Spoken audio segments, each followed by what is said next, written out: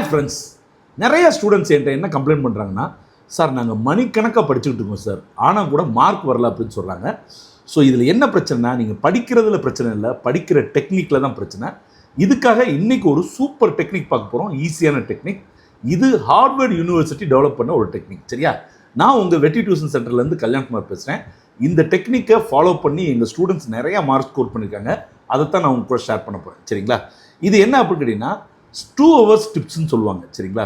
அதாவது எப்படின்னு கேட்டிங்கன்னா, நீங்கள் ஒரு 25 minutes ப்ளஸ் ஒரு 5 minutes இப்படி பிரிச்சுக்கணும்.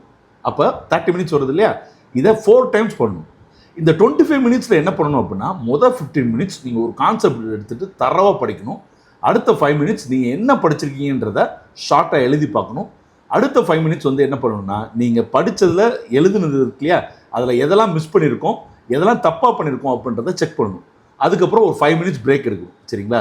இந்த இதை நீங்கள் தொடர்ந்து பண்ணும்போது உங்களால் சூப்பராக ஸ்கோர் பண்ண முடியும், குறைஞ்ச நேரத்திலே நல்லா படிக்க முடியும். சரிங்களா? இதே மாதிரியான நிறைய ஈஸியான டெக்னிக்ஸ் பார்க்க நம்ம சேனலை ஃபாலோ பண்ணிக்கோங்க. வெற்றி டியூஷன் சென்டர் பேஜை ஃபாலோ பண்ணிக்கோங்க.